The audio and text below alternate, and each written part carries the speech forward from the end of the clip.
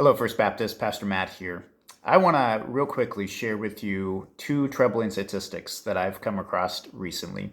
The first is that of the last 7 million people that Southern Baptist churches have baptized, only 2 million of those individuals are still following Jesus as part of a local church.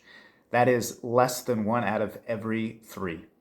And the second is that 70% of teenagers who were raised in the church have stopped going to church once they reach college. 70%.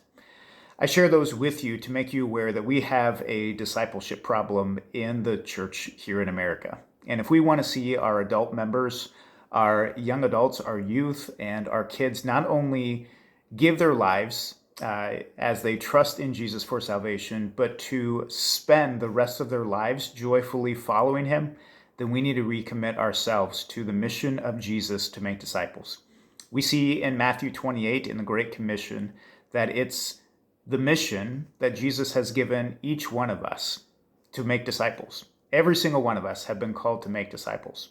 And you may be asking, why is that? Well, because making disciples is what God has determined to be the most effective strategy to reach the lost with the gospel. And making disciples is the most effective strategy that God has determined to equip those new believers to faithfully follow Jesus for their entire lives. So we don't have people leaving the church. We don't have people stopping following Jesus. And therefore, moving forward, we are going to be taking several steps as a church to equip our members to make disciples of others. But right now, I want to invite you to take the step and to pray about making disciples in our kids' ministry.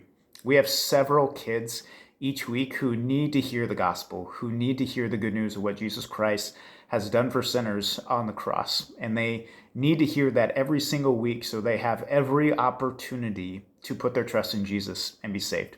And we have several kids who have already put their trust in Jesus, praise God, but they still need to be loved. They still need to be taught. They still need to be shown what it looks like to follow Jesus if we don't want them to be a part of that college statistic.